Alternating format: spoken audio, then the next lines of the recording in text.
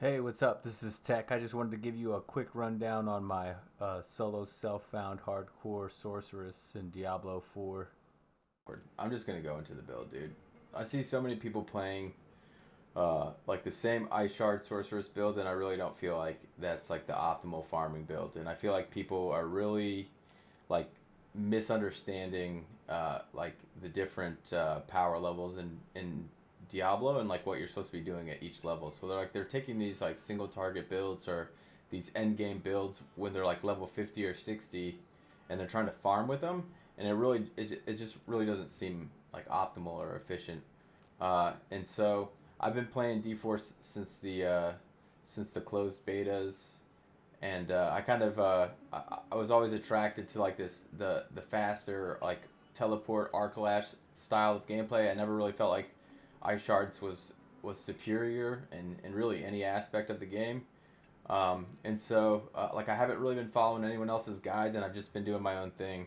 And I've I think I've made like a fairly decent class here. I've got thousands of hours in ARPGs and MMOs and FPSs and all sorts of other games at like a fairly high level. So like I understand how to build a class, and this is what I have. So like right now I'm at 86 doing a solo self-found hardcore push. So a lot of emphasis on like survivability while still killing monsters 3 levels above you.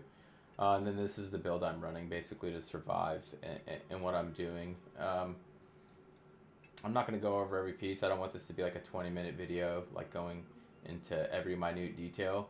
It's more for people that have like a general understanding of the game and like what stats you're looking for.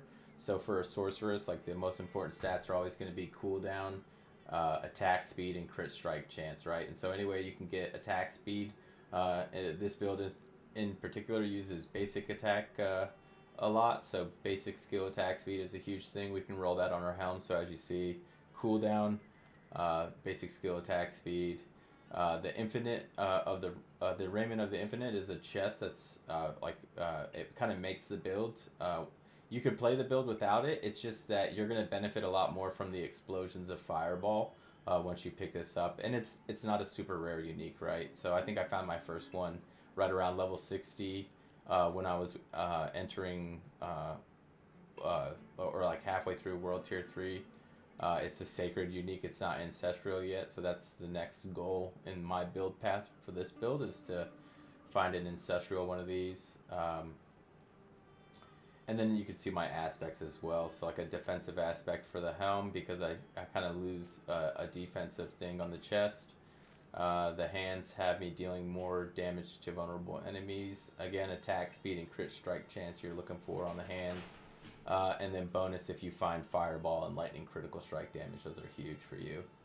The pants are like a completely defensive because of the boots and the chest that we wear. They steal a lot of otherwise places that we could find defensive stats. So you want to roll like all defensive stat pants, and then we're using the damage reduction when using a basic skill there.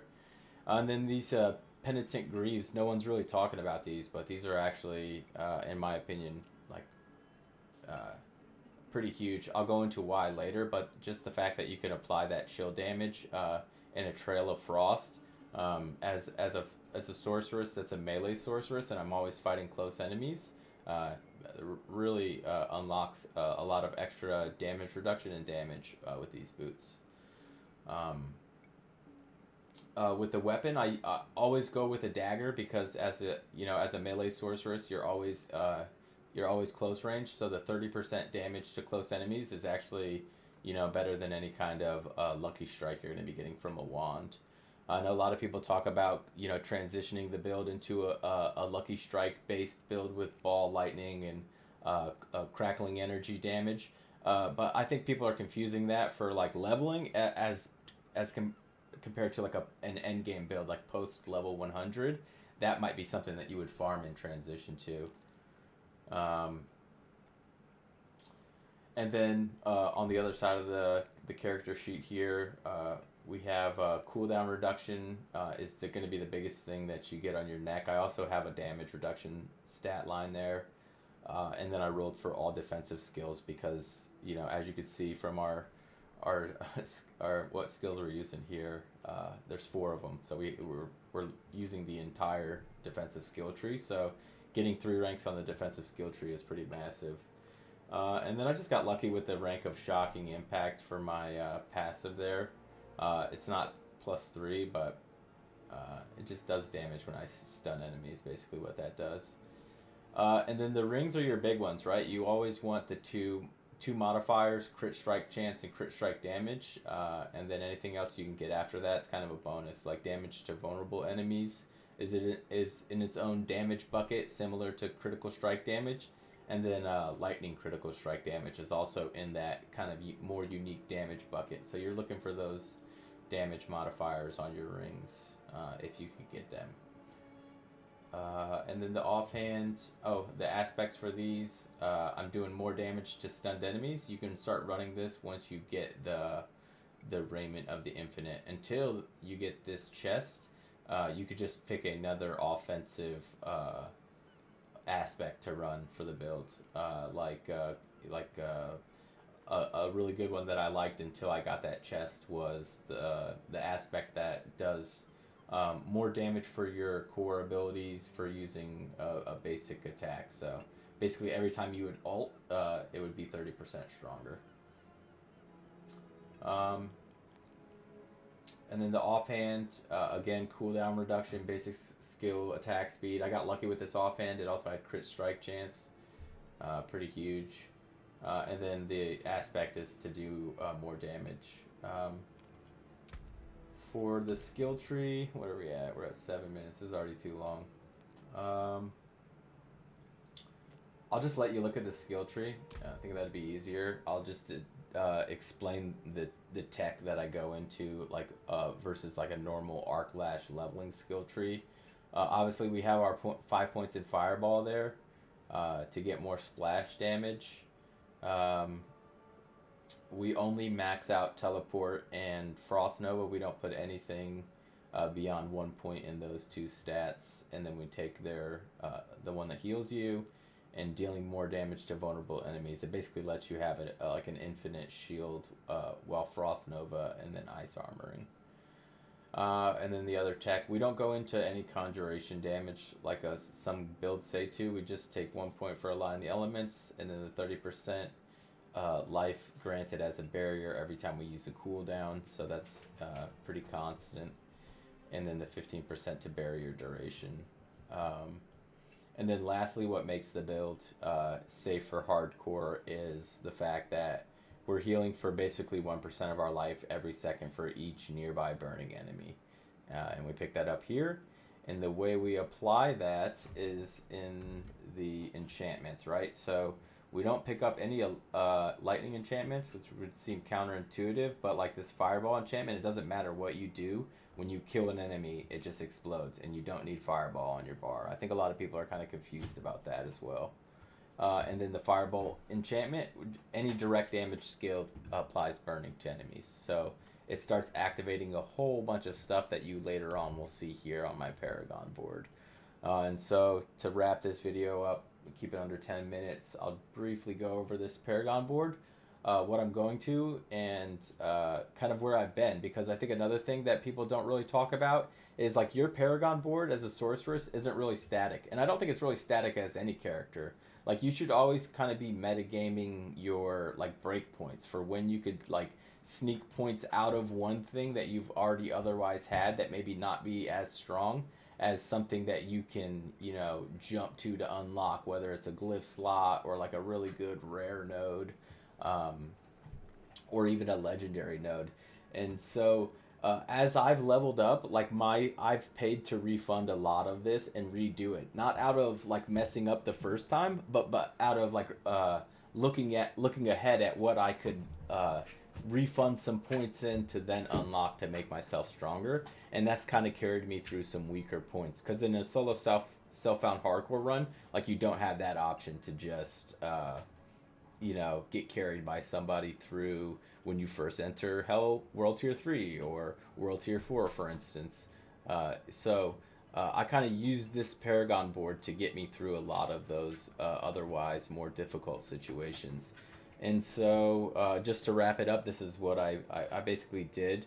The first glyph I was really excited about was the vulnerable damage glyph, just because that's in its own damage bucket and it's pretty unique. And as a sorceress, I have Frost Nova, so I can apply that pretty consistently. So I'm getting about 30% extra vulnerable damage just from this thing alone. And then I stack another 10% for every damage I deal while an enemy's vulnerable. So ends up being about 40% vulnerable damage. Pretty awesome. I went into this Burning Instinct node, but I come out of here quite a lot. I will refund these points from this arm of this tree to go hunt points elsewhere. Like I'll be doing this again right around 87, 88 to go unlock this glyph slot and then start filling in some of this stuff around here so I could use my last rare glyph. So this would be the exploit glyph. That's the first glyph I did. The second glyph I did was Flame Feeder, and the second board I chose was the Burning Instinct board. Not so much for the burning damage, but because of all of these burning damage and damage reduction rare nodes up here. I mean, the amount of burning damage and damage reduction I get from this is just insane. As my second board, I've been able to activate all of these bonuses for these rare nodes very early on. As you can see, they all have fairly low values to activate their bonuses.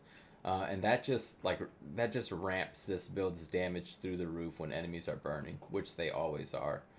The third board I went into, and I didn't go again. Like the misconception is that you kind of just cookie cutter pick these things as you go along, but it really is a process that is continually undone and redone to a certain point. Like, yeah, I may not never ever really go down and mess with this stuff, but like there are times where I like took rare nodes out of here that weren't as strong yet because they didn't have their bonuses activated, and I went for these legendary nodes. This was a huge one, right? Like I haven't developed this tree at all for the most part, but just getting the 20% enchantment bonus was massive. So I went into this Paragon board before I really even had my third board developed at all. I just raced right through this board straight to this node and then came back down and started filling this stuff out. The third glyph I used was the territorial glyph. The damage to close enemies and then the 10% damage reduction is pretty massive for a melee sorceress again. And then the last glyph that I'm going to use up here is Elementalist, and that's because on this board, the Enchantment Master board, I get resistance to all elements and non-physical damage. And when this thing's at rank 10 is already at 42% bonus to it, that's going to get pretty crazy at 21. So that's going to be a pretty big power spike as well.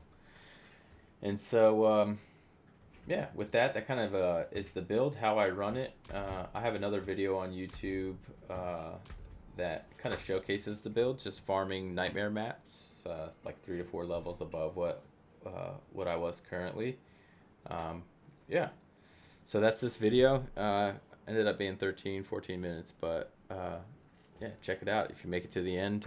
Thanks. I stream live on Twitch most evenings, and I plan on putting out more content for Diablo 4. I've been having a blast with the game. I think it's really fun, and I think this game has a lot of legs, and I think that it's caught a lot of negative reviews lately, but I think that's really people just focusing on the opinions of a few content creators who maybe came from other genres but don't really understand what's going on. So yeah, that's me. Come by, check me out, twitch.tv/Takrit if you want to follow along on the hardcore journey. After that, I plan on digging into some softcore group content with my clan mates. We're gonna do that, and yeah, just throw me a like and a subscribe. Come check me out on Twitch, and I'll see you later. Thanks.